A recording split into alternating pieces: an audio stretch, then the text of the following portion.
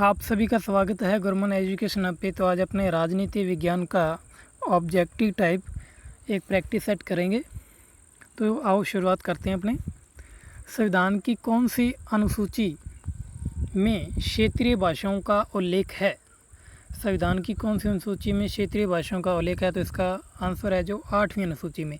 आपको ध्यान रखना है कि जब संविधान का निर्माण हुआ था 26 नवंबर 1949 ईस्वी को, तब संविधान में कुल 14 भाषाओं का वर्णन था और वर्तमान में कितनी है? 22 भाषाएं। तो 8 भाषाएं 8वीं अनुसूची में बाद में जोड़ी गई है। क्लियर है? ये आपको ध्यान में रखना है। नेक्स्ट, पंचायती राज के चुनावों में राजनीतिक दलों को खुले तौर से चुनाव चिन्हों के आधार पर भाग देने का सुझाव किस समिति ने दिया? तो पंचायती राज से संबंधित राजनीतिक दलों को चुनाव से संबंधित चुनाव चिन्ह हैं वो लेने का सुझाव किसने दिया? ऑप्शन है बलवंत राय मेहता समिति, अशोक मेहता समिति, सादिक अली समिति। तो इसका जो आंसर होगा वो अशोक मेहता समिति। अशोक मेहता समिति ने ये सुझाव दिया था। अब अशोक मेहता समिति का बहुत बार क्वेश्चन है कि इसका गठन कब हुआ था? तो 1977 में। और अशोक मेहता समिति ने ही पंचायती राज में दो स्तरीय बताया था, यानी कि 2 स्तर इसने शामिल किए थे। और 3 स्तरीय की बात हो तो बलवंत राय मेहता समिति। ठीक है, ये आपको ध्यान में रखने। तो चुनाव चिन्हों से संबंधित अशोक मेहता समिति है। नेक्स्ट, निम्नलिखित में से कौन सा लोकपाल के अधिकार क्षेत्र से बाहर है? निम्नलिखित में से कौन सा लोकपाल के अधिकार क्षेत्र से बाहर है? ये वेरी मोस्ट इम्पोर्टेंट क्वेश्चन है आज के टाइम में। प्रधानमंत्री, राष्ट्रपति, स्पीकर, उपयुक्त सभी। तो प्रधानमंत्री, राष्ट्रपति, स्पीकर यानी कि लोकसभा का जो प्रोटेम स्पीकर होता है उसकी बात हो रही है। ठीक है, तो ये तीनों ही इसके अधिकार क्षेत्र से बाहर है। ये आपको विशेष रूप से ध्यान में रखना है। और लोकपाल का पद कहाँ से लिया गया? तो स्वीडन से। लोकपाल का पद कहाँ से लिया गया? स्वीडन से लिया गया। नेक्स्ट, वर्ष 1966 में दिल्ली उच्च न्यायालय के गठन के पूर्व दिल्ली राज्य क्षेत्र किस उच्च न्यायालय के अधिकार क्षेत्र में आता था? तो आपको पता है कि एक केंद्र शासित प्रदेश है जिसका स्वयं का वर्तमान में उच्च न्यायालय है, तो वो दिल्ली उच्च न्यायालय ही है। ये 1966 से पूर्व, तो 1966 से पूर्व ये इलाहाबाद उच्च न्यायालय के अंतर्गत आता था। ठीक है, इसका जो अधिकार क्षेत्र है वो इलाहाबाद उच्च न्यायालय के अंतर्गत आता था। और एक केंद्र शासित प्रदेश है जिसका स्वयं का उच्च न्यायालय है, तो वो दिल्ली है। ठीक है, ये आपको विशेष रूप से ध्यान में रखना है। लेकिन वर्तमान में अगर अपने केंद्र शासित प्रदेशों की बात करें तो अपने जम्मू कश्मीर को भी इसमें शामिल करें। नेक्स्ट, मुस्लिम लीग ने किस कारण से संविधान सभा का बहिष्कार किया? Very most important question. ये क्वेश्चन बहुत बार ही रिपीट होता है। ठीक है, तो क्या कारण रहा? ठीक है, तो अपने पढ़ेंगे इसमें। मुस्लिम लीग संविधान सभा का अध्यक्ष किसी मुस्लिम को बनाना चाहती थी, पहला कारण। मुस्लिम लीग को संविधान सभा में उचित प्रतिनिधित्व नहीं मिला था, दूसरा कारण। मुस्लिम लीग मुस्लिमों के लिए एक अलग संविधान सभा चाहती थी, और चौथा कारण है उपयुक्त सभी। तो इसका जो राइट ऑफ आंसर होगा वो मुस्लिम लीग एक अलग से संविधान सभा चाहती थी मुस्लिमों के लिए। वेरी मोस्ट इम्पोर्टेंट क्वेश्चन है, ये आपको ध्यान में रखना है। नेक्स्ट, भारत के योजना आयोग का प्रथम अध्यक्ष कौन था? भारत के योजना आयोग का प्रथम अध्यक्ष। तो पहले तो बात करते हैं कि योजना आयोग या अपने इसको पंचवर्षीय योजना के रूप में आर्थिक नियोजन कह दिया जाए, तो इसका जो प्रेरणा स्रोत है वो सोवियत संघ से है। ठीक है, ध्यान रखिएगा। और इसका जो अध्यक्ष होता है वो प्रधानमंत्री ही होता है। योजना आयोग का अध्यक्ष प्रधानमंत्री होता है, लेकिन वर्तमान में इसका नाम है जो नीति आयोग कर दिया गया। नीति आयोग कर दिया गया। तो इसका जो पहला योजना आयोग का अध्यक्ष था वो पंडित जवाहरलाल नेहरू ही थी, जो अपने देश के प्रथम प्रधानमंत्री थे। ठीक है, ये आपको विशेष रूप से ध्यान में रखना है। नेक्स्ट, अपने प्रत्येक राज्य में महाधिवक्ता की नियुक्ति निम्नलिखित में से किसके द्वारा की जाती है? राज्य में महाधिवक्ता, तो पहले तो देखेंगे कि महाधिवक्ता होता है क्या। तो राज्य में विधि का सर्वोच्च अधिकारी महाधिवक्ता ही होता है। और इसका जो पद है वो किस देश के संविधान से लिया गया? तो ध्यान रखिए कि ये भारत का ही भारतीय संविधान द्वारा एक इस पद का सर्जन किया गया। अब बात करते हैं नियुक्ति की, तो इसकी नियुक्ति करता है राज्यपाल। कौन करता है? राज्यपाल। और कौन से अनुच्छेद में? तो 165 में। किस अनुच्छेद में? 165 अनुच्छेद के तहत इसकी नियुक्ति की जाती है। ठीक है, ये आपको विशेष रूप से ध्यान में रखना है। नेक्स्ट, निम्न में से कौन लगातार दूसरी बार प्रधानमंत्री पद पर आसीन हुए थे? दूसरी बार प्रधानमंत्री यानी कि बने हैं। ऑप्शन है जवाहरलाल नेहरू, इंदिरा गांधी, अटल बिहारी वाजपेयी, उपयुक्त सभी। तो इसका जो राइट ऑफ आंसर होगा वो उपयुक्त सभी। इंदिरा गांधी देश की प्रथम महिला प्रधानमंत्री थी जो 2 बार प्रधानमंत्री बनी, यानी कि वो 3 बार प्रधानमंत्री बनी लेकिन 2 बार उनका कार्यकाल लगातार रहा है। और जवाहरलाल नेहरू भी और अटल बिहारी वाजपेयी भी, ये तीनों 2 बार प्रधानमंत्री रहे हैं। निम्नलिखित में से कौन सा जनता द्वारा प्रत्यक्ष रूप से निर्वाचित सदन है? निम्नलिखित में से कौन सा जनता द्वारा प्रत्यक्ष रूप से निर्वाचित सदन है? राज्यसभा, लोकसभा, उपयुक्त दोनों, इनमें से कोई नहीं। तो लोकसभा ही जनता द्वारा प्रत्यक्ष रूप से निर्वाचित सदन है। और लोकसभा का जो वर्णन है वो अनुच्छेद संख्या 81 में मिलता है। उपराष्ट्रपति पद की अर्हता के संबंध में निम्न में से क्या सही नहीं है? तो राष्ट्रपति की योग्यता की उपराष्ट्रपति की योग्यता की बात हो रही है। तो वह भारत का नागरिक हो, राज्यसभा का सदस्य हो, कम से कम 35 वर्ष की आयु हो, इनमें से कोई नहीं। तो इसका जो आंसर होगा वो राज्यसभा का सदस्य, यानी कि ये योग्यता इसमें नहीं होनी चाहिए, ये इससे संबंधित सही नहीं है। ये आपको विशेष रूप से ध्यान में।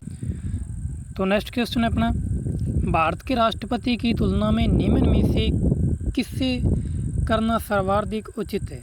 तो भारत के राष्ट्रपति की तुलना निम्न में से किससे करना सर्वाधिक उचित है?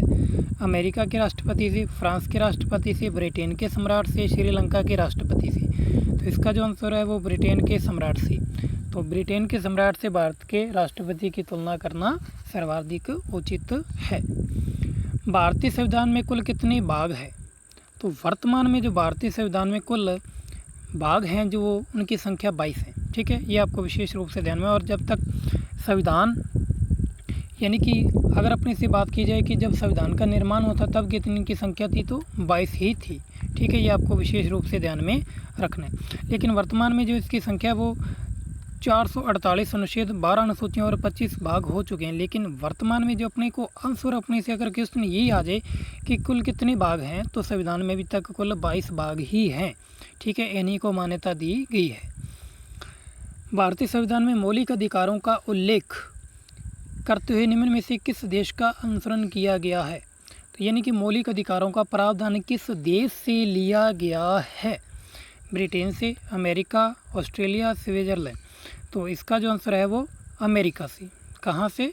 अमेरिका से इसका प्रावधान लिया गया है। नेक्स्ट, निम्न में से वे 2 शब्द कौन से हैं जिनका समावेश 42वें संविधान संशोधन द्वारा संविधान की उद्देशिका में किया गया? तो 42वें संविधान संशोधन द्वारा जो प्रस्तावना में या उद्देशिका में शब्द जोड़े गए हैं, ऑप्शन है धर्म निरपेक्ष लोकतांत्रिक, प्रभुत्व संपन्न लोकतांत्रिक, समाजवादी धर्मनिरपेक्ष गणतंत्र। तो इसका आंसर है समाजवादी धर्मनिरपेक्ष। इन 2 शब्दों को जोड़ा गया। और तीसरा शब्द और जोड़ा गया था राष्ट्र की एकता और अखंडता, यानी कि सीधा शब्द अखंडता जोड़ा गया था। ठीक है, समाजवादी, पंथ निरपेक्ष और अखंडता, ये 3 शब्द 42वें संविधान संशोधन के तहत प्रस्तावना में जोड़े गए थे। और प्रस्तावना में आज तक एक ही बार संशोधन हुआ है। और 42वें संविधान संशोधन के तहत देश का प्रधानमंत्री कौन था, ये आपको ध्यान में रखना है। तो श्रीमती इंदिरा गांधी थी। ठीक है, ये आपको विशेष रूप से ध्यान में रखना है। और राष्ट्रपति कौन था? तो फ़खरुद्दीन अली अहमद। ठीक है, ये आपको विशेष रूप से ध्यान में रखना है। भारत में सचिव का पद किसके द्वारा निर्मित किया गया था, यानी कि कौन सा यानी कि अधिनियम पूछा जा रहा है। मार्ले मिंटो सरकार अधिनियम 1858, 61, मोंटेगू चेम्सफोर्ड 1919। ठीक है, तो इसका जो आंसर होगा वो भारत सरकार का अधिनियम 1858 में। ठीक है, तो भारतीय सचिव पद 1858 के तहत आया था। ठीक है, ये आपको विशेष रूप से ध्यान में रखना है। और इसी समय भारत में वायसराय का पद भी आया था। लॉर्ड कैनिंग भारत के प्रथम वायसराय बने थे और इन्हीं के समय में सचिव बने थे सर चार्ल्स वुड। ये आपको विशेष रूप से ध्यान में रखना है। नेक्स्ट अपने अगला क्वेश्चन, सामान्यतः किस क्षेत्रीय परिषद की अध्यक्षता कौन करता है? वेरी मोस्ट इम्पोर्टेंट क्वेश्चन, सामान्यतः किसी क्षेत्रीय परिषद की अध्यक्षता कौन करता है? ऑप्शन है लोकसभा अध्यक्ष, प्रधानमंत्री, केंद्रीय गृह मंत्री, उप प्रधानमंत्री। तो उप प्रधानमंत्री तो काट ही दीजिए जी, ठीक है। अब इसका जो आंसर है वो केंद्रीय गृह मंत्री। कौन करता है? केंद्रीय गृह मंत्री इसकी अध्यक्षता करता है। नेक्स्ट, भारत में दलीय व्यवस्था किस प्रकार की है? भारत में दलीय व्यवस्था किस प्रकार की है? एक दलीय, बहुदलीय। तो ध्यान रखिएगा कि दो ऑप्शन एक जैसे हो गए, तो इसका जो आंसर होगा वो अपने बहुदलीय, ठीक है। आपको ध्यान में रखना है कि इसका आंसर क्या है, बहुदलीय। तो दोनों ऑप्शन एक जैसे प्रिंट हो गए, ठीक है। इसका ऑप्शन सही क्या माना जाएगा, बहुदलीय। ओके, आपको ध्यान में रखना है। भारत का सॉलिसिटर जनरल कौन होता है? भारत का सॉलिसिटर जनरल एक प्रशासनिक अधिकारी, एक न्यायिक सलाहकार, प्रधानमंत्री का सलाहकार, राष्ट्रपति को सलाह देने के लिए एक कानूनी अधिकारी, ठीक है। तो आपको विशेष रूप से ध्यान में रखना है कि इसका जो राइट ऑफ आंसर होगा वो एक न्यायिक सलाहकार सॉलिसिटर जनरल होता है, ठीक है। आपको विशेष रूप से ध्यान में रखना है। और इसकी नियुक्ति कौन करता है? तो राष्ट्रपति द्वारा इसकी नियुक्ति होती है। निम्नलिखित लोकसभाओं में से किसने 5 वर्षों से अधिक की अवधि तक कार्य किए?